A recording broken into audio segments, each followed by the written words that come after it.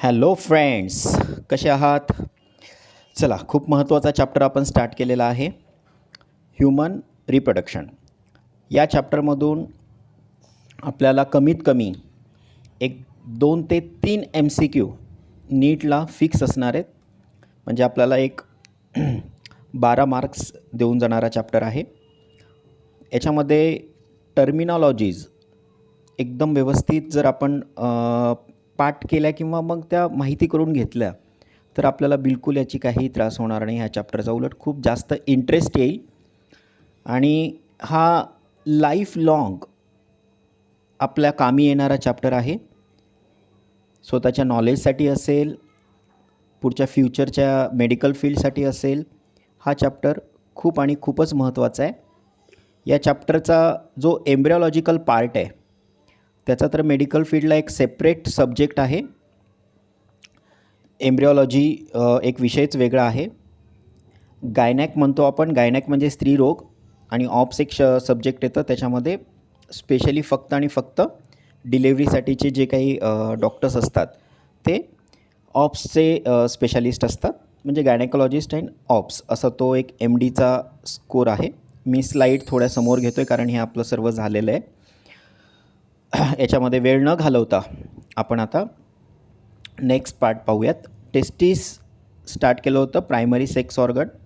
स्पर्मॅटिक कॉर्डमध्ये काय काय येतं येऊन हे पण आपण बघितलं. गुबेर्नाकुलमपर्यंत पोहोचलो होतो. गुबेर्नाकुलम काहीच नाही, टेस्टिस आणि स्कॉर्टम यांच्यामधली अटॅचमेंट आहे, बस एक फायब्रस कॉर्ड आहे, बस या व्यतिरिक्त काही नाही. हा MCQ संपवला होता. चला, तर आता टेस्टिसची आपण हिस्टॉलॉजी आणि त्याची काही जे खासियत आहे ते आपण पाहूयात. फंक्शन्स ऑफ द टेस्टिस तुम्हाला चांगल्या प्रकारे माहिती आहे. आपण खूप अगोदरपासून म्हणतो की प्रायमरी सेक्स ऑर्गन आहे म्हणजे स्पर्म तयार करतात. त्या व्यतिरिक्त काय फंक्शन असू शकतं, तर याच्यामध्ये टेस्टेस्टेरॉन नावाचा हॉर्मोन पण याच्यामधून सिक्रीट होतो. Internal structure and function of the testis. Functions spermatogenesis, sperm तयार करण्याच्या प्रोसेसला आपण काय म्हणतो, स्पर्मॅटोजेनेसिस. पेन घेतो आहे मी. स्पर्मॅटोजेनेसिस हे एक फंक्शन आपल्याला बघायला भेटतं टेस्टिसमध्ये. प्रोडक्शन ऑफ टेस्टेस्टेरॉन हॉर्मोन्स आपण चांगल्या प्रकारे केमिकल कोऑर्डिनेशनमध्ये बघितले. जे मेलचे सेकंडरी सेक्शुअल कॅरेक्टर्स आहेत, हेअर्स येणे, मस्कुलाईन बॉडी असणे, आपला जो आवाज आहे, लॅरिंग्सची ग्रोथ आहे, हे सगळे कोण मेंटेन करतं, टेस्टेस्टेरॉन मेंटेन करतं. तर स्पर्म तयार करणे आणि टेस्टेस्टेरॉनचं प्रोडक्शन करणे हे 2 मेन फंक्शन्स आपण टेस्टिसचे पाहणार आहेत. तर हे 2 फंक्शन्स आहेत म्हणल्यावर या 2 जागा पण अशा असल्या पाहिजे की त्या 2 जागेमधून या 2 गोष्टी सेपरेटली सिक्रेट होणे आणि त्याचं फंक्शन होणे होतं.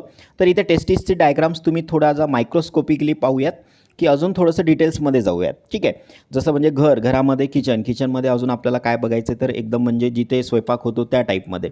तर इथे आपण सरळ स्कॉर्टममध्ये टेस्टिसच्याही आत कोणते कोणते आता पार्ट्स असतील आणि त्याचे काय फंक्शन्स असतील हे आपल्याला बघायचे आहेत. तर इथे तुम्हाला एक एक पार्ट आपण बघूयात. Internal structure of histology of testis. Histology हे आपल्याला टिश्यू लेवलपर्यंत बघायचं आहे. हिस्टॉलॉजी म्हणजे तुम्हाला माहिती आहे, स्टडी ऑफ टिश्यू. त्यानंतर काय येतात, टेस्टिसची कवरिंग बघूयात. जर डायमेन्शन्स बघायचे असतील तर 2 ते 5 असं एक सरळ लक्षात घ्या. म्हणजे 2 ते 3 सेंटीमीटर लेंथ आणि 4 ते 5 सेंटीमीटर विड्थ. हे लेंथ आणि ही विड्थ, म्हणजे 2 ते 5 सरळ म्हणतच जायचं. 2 ते 3 सेंटीमीटर लेंथ, 4 ते 5 सेंटीमीटर काय आहे त्याची विड्थ आहे. तर हे डायमेन्शन्स खूप सोपे आहे टेस्टिसचे, जेणेकरून तुम्हाला नेहमी लक्षात राहतील. त्यानंतर हिस्टॉलॉजीमध्ये कोणते टिश्यूज वगैरे येतात बघा. इथे स्पेशली एक ग्रीन लाईन दिलेली आहे, ती एक कवरिंग आहे जी आपण एक्सटर्नल कवरिंग म्हणूयात. Testis enclose in 2 protective layers. 2 protective layers आहेत, सोपं आहे. त्यानंतर पहिला प्रोटेक्टिव्ह लेयर आहे ट्युनिका वॅजिनॅलिस, हा आउटर लेयर आहे. समजा हा टेस्टिस आहे, आता स्कॉर्टम आपण काढणार नाही, तर याची एक इथली एक कवरिंग आणि अशी एक कवरिंग, समजा या 2 कवरिंग. तर ही जी कवरिंग आहे ती ट्युनिका वॅजिनॅलिस आहे, जी कशाने बनलेली आहे, इपिथिलियम आणि कनेक्टिव्ह टिश्यू असं दोन्ही बनलेली आहे. कोणती, ट्युनिका वॅजिनॅलिस ही बाहेरची आहे. आणि आतली जी आहे ती ट्युनिका ॲल्ब्युजिनिया असं नाव दिलेलं आहे. इंटरनल लेयर जे आहे किंवा इनर लेयर असं म्हणूयात आपण. तर 2 लेयर एकदम व्यवस्थित लक्षात घ्या. डायमेन्शन्स झालेत, लेअर मी सांगतोय आउटर ट्युनिका वॅजिनॅलिस, इन्नर जो आहे तो ट्युनिका अल्ब्युजिनिया, जो फायब्रस कनेक्टिव्ह टिश्यूचा पार्ट आहे हा ट्युनिका अल्ब्युजिनिया. ठीक आहे. हा ट्युनिका वॅजिनॅलिसचा महत्त्व खूप महत्त्वाचं आहे. मी तुम्हाला आता लगेच नेक्स्ट स्लाईडमध्ये सांगतोय. हे जे ग्रीन कलरची तुम्हाला दिसते पूर्ण ही जी आहे ती ट्युनिका वॅजिनॅलिस. ठीक आहे. त्याच्यानंतर आपण एक इंग्वायनल रिजन बघितलं होतं. समजा हे वरचा ॲबडॉमेन ए काढतोय म्हणजे ॲबडॉमेन आहे. ॲबडॉमेनपासून असा एक कॅनल निघाला होता. या कॅनलला आपण काय म्हटलं होतं, इंग्वायनल कॅनल. आणि इथे फक्त आपण आता स्कॉर्टम काढूयात.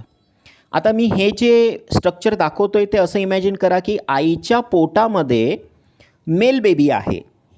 ठीक आहे. आईच्या पोटाची जी काही एम्ब्रिओलॉजिकल डेव्हलपमेंट चालली म्हणजे बाळाचं जेस्टेशनल पिरियड म्हणूयात आपण. पहिला month, second month, actually second मंथपासून इथे टेस्टिस तयार होण्याची प्रोसेस स्टार्ट होते. आणि अवघ्या पुढच्या 7 महिने जेव्हा होतात, 7 मंथ, ठीक आहे, 7 मंथची प्रेग्नन्सी जेव्हा होते त्यावेळेस त्या मेल चाइल्डचे टेस्टिस जे आहेत ते हळूहळू कुठे यायला लागतात, स्कॉर्टममध्ये यायला लागतात. कुठे यायला लागतात, स्कॉर्टममध्ये यायला लागतात. ठीक आहे. मी काय इथे सांगतो कारण या ट्युनिका वॅजिनॅलिस रिलेटेड आहे म्हणून हे आत्ताच मी पॉईंट सांगून देतो आहे. म्हणजे आईच्या पोटामध्ये असलेल्या बाळाला टेस्टिस हे स्कॉर्टममध्ये नसून कुठे असतात, पोटामध्ये असतात, ॲबडॉमेनमध्ये असतात. ठीक आहे. आणि जशी डेव्हलपमेंट होते वयाचं त्याच म्हणजे आईच्या पोटात म्हणजे 7वी प्रेग्नन्सी होते म्हणजे बाळ पोटामध्ये 7 महिन्याचं जेव्हा असतं, ठीक आहे, त्यावेळेस ते हळूहळू इंग्वायनल कॅनलमधून ते कुठे येतात, स्कॉर्टममध्ये येतात. कुठे येतात, स्कॉर्टममध्ये येतात. ही नॅचरल प्रोसेस आहे. त्यामुळे जन्म झाल्याबरोबर बरेच वेळेस असेही आमच्याकडे पेशंट्स येतात की डायरेक्ट इनफर्टिलिटी म्हणून घेऊन येतात. इनफर्टिलिटी म्हणजे काय, ज्या मॅरिड कपलला मुलं बाळं होत नाहीत आणि जेव्हा आम्ही जर फिजिकली त्यांचं एक्झामिनेशन केलं तेव्हा लक्षात येतं की स्कॉर्टममध्ये टेस्टिस नाहीच आहे. म्हणजे काय झालं असेल, घरी डिलेवरी झालेले पेशंट्स असतात त्यांना हे नॉलेज नसतं आणि त्याच्यामुळे ते तसेच राहतात आणि नंतर जेव्हा लग्न झाल्याच्या नंतर तिथे आता टेस्टिसच ॲबडॉमेनमध्ये असेल तर ते स्पर्म तयारच होणार नाहीत. आता स्पर्मच नाही तर पुढे बेबी होणार नाही. बरोबर. तर असे पण केसेस आपल्याला क्वचित बघायला भेटतात. तर ज्यावेळेस टेस्टिस स्कॉर्टममध्ये न येता ॲबडॉमेनमध्येच राहतो किंवा इंग्वायनल कॅनलमध्येच राहतो त्या आजाराला म्हणायचं क्रिप्टोक्रिडिझम. तुमच्या एनसायटीमधलाच पॉईंट आहे क्रिप्टोक्रिडिझम किंवा त्याला अजून एक सरळ व्यावहारिक भाषेमध्ये अनडिसेंडेंट टेस्टिस. डिसेंडच झाला नाही, खालीच आला नाही, अनडिसेंडेंट टेस्टिस म्हणतो. स्कॉर्टम फक्त खाली आहे, फक्त पिशवी पूर्ण खाली आहे. त्यामुळे डिलेवरी झाल्याबरोबर जर मेल चाइल्ड असेल तर दोन्हीही स्कॉर्टम आपण ॲबडॉमेनच्या बाहेर जे लटकलेले असतात ते दोन्हीही स्कॉर्टम चेक करायचे आणि त्याच्यामध्ये टेस्टिस व्यवस्थित प्रॉपर आलेलं आहे का नाही ते बघायचं. ठीक आहे. आणि जर असं नाही म्हणजे एक डॉक्टर असण्याचा फायदा बघा, तुम्हाला खूप छान आणि व्यवस्थित टप्प्याटप्प्याने नॉलेज भेटेल. जर असं झालं नाही तर काय होतं, एक सोपी टेस्ट कोणती करता येते. आता बाळ जन्माला आलं आणि स्कॉर्टम दोन्हीही जे स्कॉर्टम आहे ते खाली दिसत आहेत किंवा एक राईट भरलेलं आहे लेफ्ट नाही किंवा लेफ्ट भरलेलं आहे राईट नाही, कोणती कंडिशन असू शकते. ठीक आहे. समजा दोन्ही नाहीत किंवा राईटवाला आहे, ठीक आहे, पण लेफ्टवालं नाहीच आलं तर याच्यामध्ये कोणती टेस्ट करायची, सगळ्यात सोपं म्हणजे सोनोग्राफी करायची. सोनोग्राफीमध्ये बघायचं की टेस्टिस नेमका इंग्वायनल कॅनलमध्ये अडकला आहे का ॲबडॉमेनमध्येच अडकलेला आहे. ठीक आहे.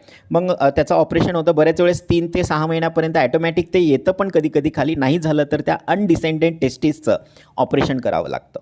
ठीक आहे. आता मी का पॉईंट यावेळेस सांगितला कारण हे ट्युनिका वॅजिनॅलिस रिलेटेड आहे. जर तुम्ही ट्युनिका वॅजिनॅलिस जर ऑब्झर्वेशन केलं, ट्युनिका वॅजिनॅलिसचं ऑब्झर्वेशन केलं, काय आहे ट्युनिका वॅजिनॅलिस, टेस्टिसची आउटर कव्हरिंग आहे. मग हे ट्युनिका वॅजिनॅलिसचा लेअर जर असेल तर ते कोणता लेअर आहे, पेरिटोनियल लेअर आहे.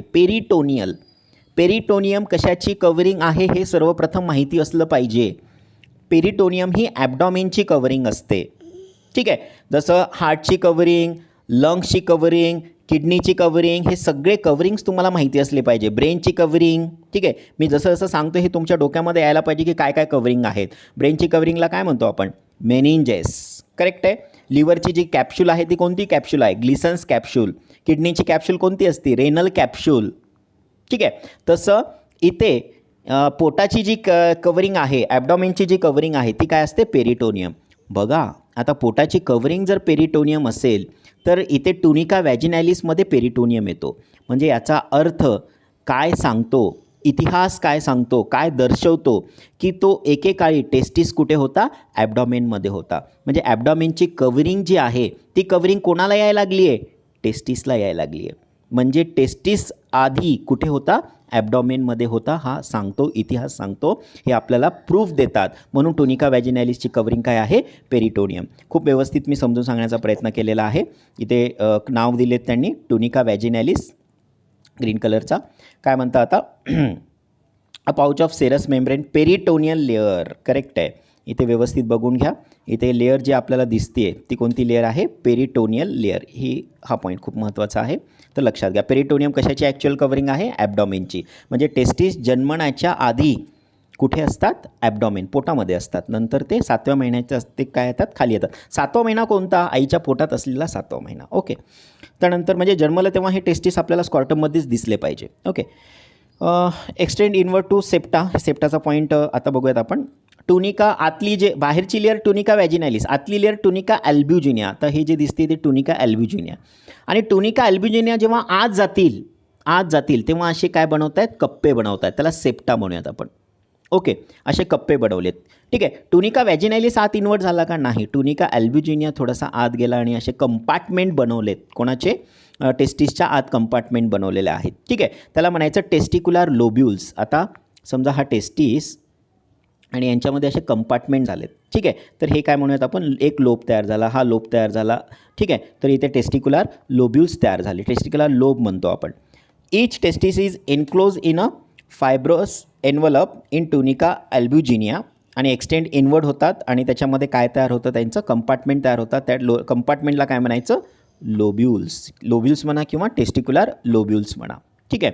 हे लोब्युल्स किती असतात, एक 250 लोब्युल्स असतात. हे MCQ स्टार MCQ आहे.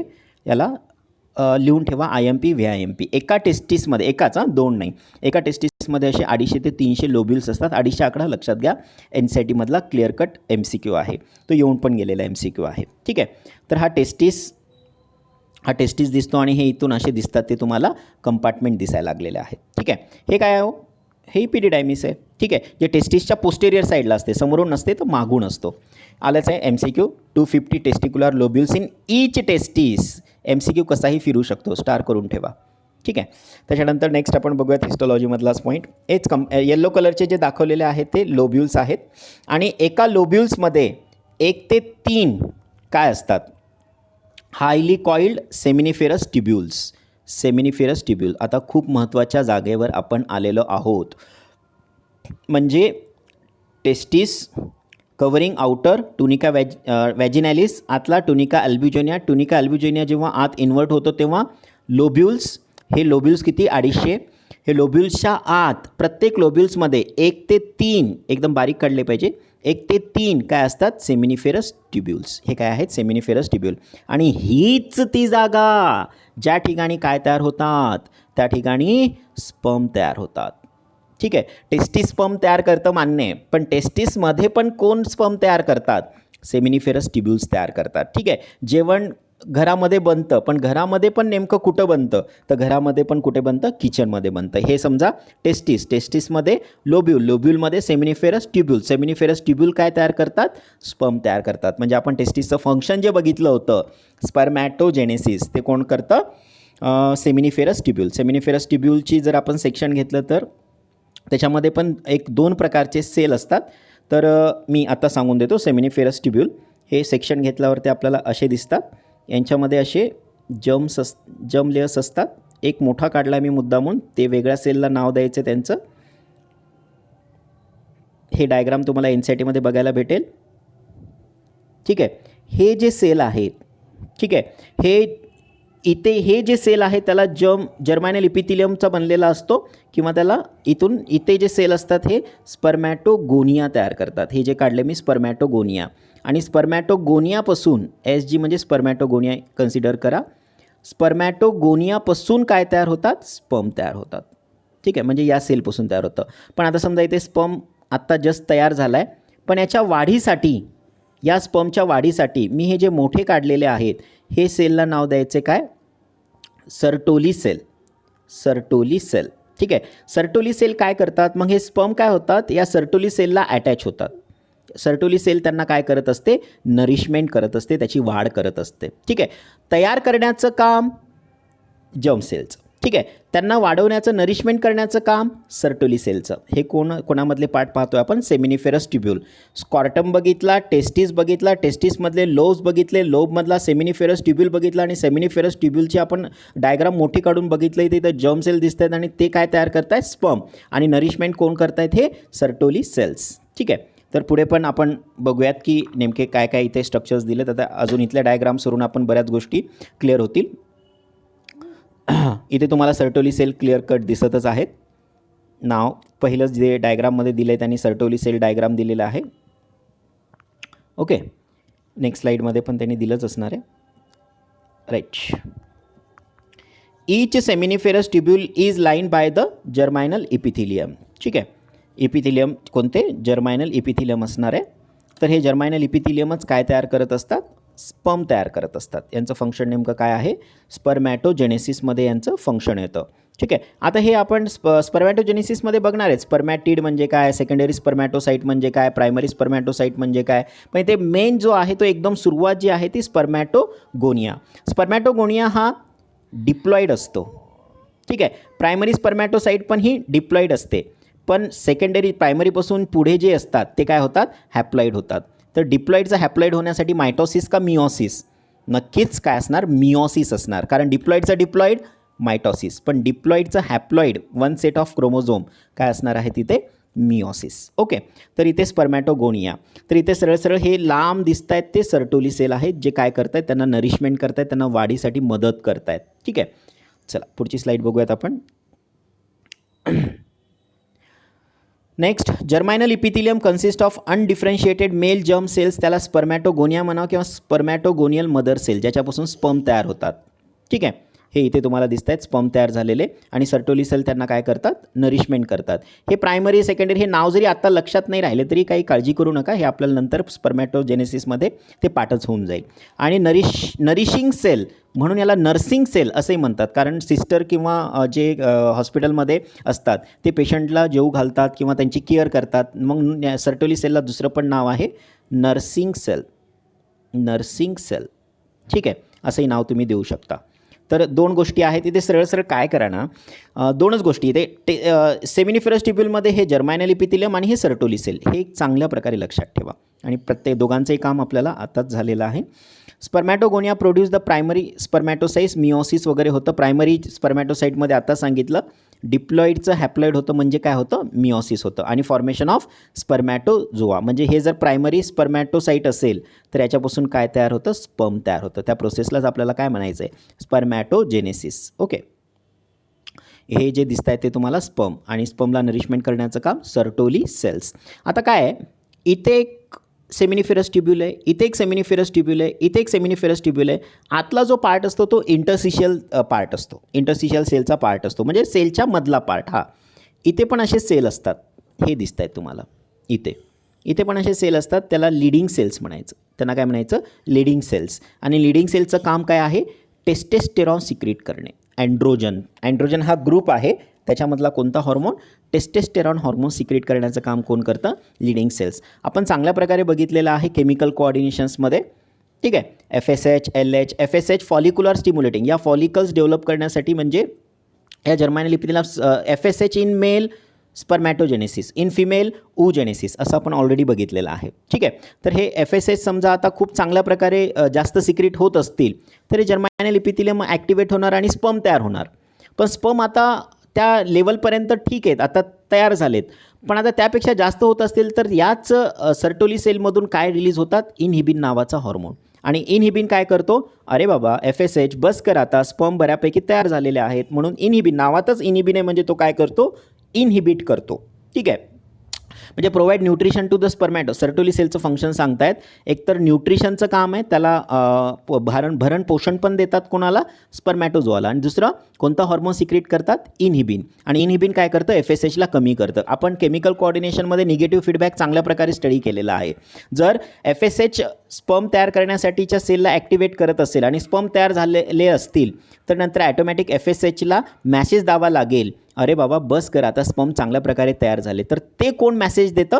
न्यूट्रिशन करणारा कोण? Sertoli sale. सर्टोली सेलला कळतं स्पर्म आता भरपूर झालेले आहेत, FSHला कमी करते. कमी करण्याच्या याच्यामध्ये कोणता हॉर्मोन सिक्रेट करतो? इनहिबिन. आणि इनहिबिन जाणार कुठे?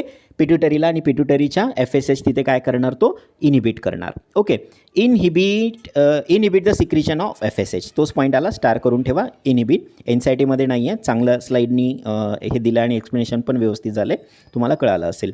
हे पार्ट जो आहे आत्ता सांगितला, हा सेमिनिफेरस ट्युब्यूलमधला पार्ट येतो, तो इंटरसिशियल स्पेस किंवा इंटरसिशियल सेलचा. इंटरसिशियल स्पेसमध्ये कोणते सेल असतात? Leydig cells. आणि लीडिंग सेल काय सिक्रेट करतात? टेस्टेस्टेरॉन. काय सिक्रेट करत असतात?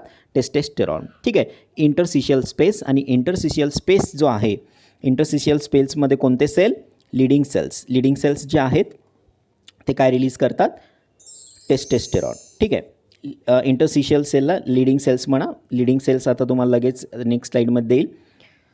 Leydig cells secrete androgen group, आणि अँड्रोजनमध्येही स्पेशल टेस्टेस्टेरॉन, जे काय मेंटेन करतं? Secondary sexual characters in male. Star करून ठेवा. ठीक आहे, तर प्रामुख्याने जर सारांश तुम्हाला सांगायचा असेल तर टेस्टेस्टेरॉन सेकंडरी सेक्शुअल कॅरेक्टर, सारांश काय आहे? सेमिनिफेरस ट्युब्यूल. ठीक आहे, स्कॉर्टम, टेस्टिस, लोब्युल्स 250, प्रत्येक लोबमध्ये 1 ते 2 सेमिनिफेरस ट्युब्यूल. सेमिनिफेरस ट्युब्यूलमध्ये जर्मायनल इपिथिलियम आहे आणि सर्टोली सेल आहे. जर्मायनल इपिथिलियम काय तयार करतं? स्पर्म. या स्पर्मला नरिशमेंट कोण करतं? Sertoli cell. आणि या सेमिनिफेरस ट्युब्यूलच्या आत कोणता space? Interstitial cell. Interstitial space जो आहे तो काय सिक्रेट करतो? ते सेल कोणते असतात? Leydig cell. लीडिंग सेल काय सिक्रेट करतात? टेस्टेस्टेरॉन. आणि टेस्टेस्टेरॉन काय करतं? Secondary sexual characters in male. मेलमध्ये सेकंडरी सेक्शुअल कॅरेक्टर मेंटेन करतं. ठीक आहे, माहिती आहे आपल्याला. सेकंडरी सेक्शुअल कॅरेक्टर ऑलरेडी झालेला आपल्याला केमिकल कोऑर्डिनेशनमध्ये, त्याच्यावर मी आता जास्त भाष्य करणार नाही. आणि इम्युनॉलॉजिकल पण त्याचं फंक्शन आहे, म्हणजे इम्युनिटी आपली चांगली ठेवण्यामध्ये पण भाग घेतं. ठीक आहे, हे तुम्हाला आता अजून एक मी व्यवस्थित हे सांगतो आहे. आता इथून सिक्वेन्स थोडासा आपल्याला इथे हा जो दिसतो ना, हा पार्ट जो आहे आणि इथला हा जो पार्ट आहे, हे 2 पार्ट आपल्याला ॲड करायचे आहेत. ठीक आहे, तर इथे सरळ सरळ काय लक्षात घ्या, हे जे सेमिनिफेरस ट्युब्यूल्स एकत्र आल्याच्या नंतर तयार होणारा पार्ट जो आहे तो रेट टेस्टिस. कोणता पार्ट असतो? Rate testis. हा पार्ट जो आहे तो रेट टेस्टिस. रेट टेस्टिस जेव्हा ओपन होतात इथे, तर याला म्हणायचं वासा इफ्रेन्शिया. याला काय म्हणायचं? वासा इफ्रेन्शिया. ती मोठी कोणती होती? ही वाली, ती वासा डिफरेन्शिया होती. ठीक आहे, वासा डिफरेन्शिया होती. आणि ही जी आहे ती काय आहे? वासा इफ्रेन्शिया. ठीक आहे, टेस्टिस, लोब्युल्स, सेमिनिफेरस ट्युब्यूल्स, सगळे सेमिनिफेरस ट्युब्यूल्स एकत्र येऊन काय तयार झालेलं आहे? Rate testis. रेट टेस्टिस पुढे डक्ट कोणते ओपन होतात? वासा इफ्रेन्शिया. आणि वासा इफ्रेन्शिया कशामध्ये ओपन होते? इपिडिडायमिस. ठीक आहे, आता इपिडिडायमिसच्या पुढे तर तुम्हाला माहिती आहे वासा डिफरेन्शिया आहे, तिकडून मग सेमायनल डक्ट झाले की इजॅक्युलेटरी डक्ट आणि युरेथ्रा. हे तुम्हाला सिक्वेन्स चांगला पाठच झालेला आहे. तर सेमिनिफेरस ट्युब्यूल्स एकत्र येऊन रेट टेस्टिस, हे जे दिसते ते रेट टेस्टिस. रेट टेस्टिस नंतर इथे जे येतात ते वासा इफ्रेन्शिया, इफ्रंट डक्ट्स. आणि हे कशामध्ये ओपन होतात? इपिडिडायमिस. इपिडिडायमिसच्या पुढे काय होतो? ॲब्डॉमेनकडे वर जाणार, आता पोटाकडे जाणार. हे कोण असतो? वासा डिफरेन्शिया. म्हणजे इथे तयार झालेले स्पर्म कुठे येणार? Rate testis. रेट टेस्टिस करून वासा इफ्रेन्शिया, वासा इफ्रेन्शियाकडून इपिडिडायमिस, इपिडिडायमिसकडून पुढे वासा डिफरेन्शिया, वासा डिफरेन्शियाकडून पुढे इजॅक्युलेटरी डक्ट, इजॅक्युलेटरी डक्टकडून युरेथ्रा, आणि युरेथ्रामधून ते स्पर्म काय होणार आहेत? बाहेर पडणार आहेत. हे सिक्वेन्स 10 ते 12 वेळा लिहा. ठीक आहे, याच्यामध्ये पण सुंदर सांगितलेलंच आहे. नंतर आता मी तुम्हाला रेट टेस्टिसबद्दल आत्ताच सांगितलं. Rete testis present mediastinum testis which is mass of कनेक्टिव्हिटीची बॅक ऑफ द टेस्टिस. टेस्टिसच्या बॅकला असतात. म्हणजे सेमिनिफेरस ट्युब्यूल्स एकत्र येऊन काय तयार होतात? वासा इफ्रेन्शिया. म्हणजे काय आहे? हे टेस्टिस आहे. टेस्टिसच्या जस्ट बाहेर जर तुम्ही काय बघत असाल तर हे काय असतात? वासा इफ्रेन्शिया असतात. ठीक आहे, आणि इथे सेमिनिफेरस ट्युब्यूल्स एकत्र येऊन काय तयार झालेले आहेत? Rate testis. रेट टेस्टिस कशामध्ये ओपन व्हायलेत? वासा इफ्रेन्शिया. आणि वासा इफ्रेन्शिया कशामध्ये ओपन होतो? इपिडिडायमिस. इपिडिडायमिसचं नंतर काय होतं? वासा डिफरेन्शिया. ओके, तर खूपच चांगलं आहे. क्रिप्टोक्रिटिझम ऑलरेडी मी सांगितलेलंच आहे. Undescended testis. अनडिसेंडेड टेस्टिस म्हणजे टेस्टिस खाली आलेच नाहीत. ठीक आहे, मी ऑलरेडी सांगितलेलं आहे. Undescended testis. Testis does not descend from abdomen into scrotum. ॲब्डॉमेनपासून स्कॉर्टममध्ये आलेच नाही तर त्याला क्रिप्टोक्रिटिझम असं म्हणतो. एनसायटीमधला क्लिअर कट पॉईंट आहे. आणि जर ते ॲबडॉमेन स्कॉर्टममध्ये आलेच नाही तर स्पर्म तयार करणार नाहीत, आणि स्पर्म तयार नाही झाले तर ते काय असतील, sterile.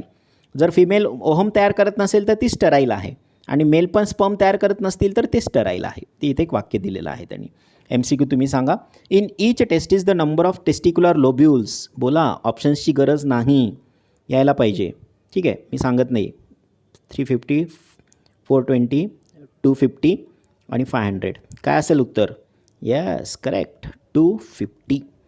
Yes, right. Okay, thank you.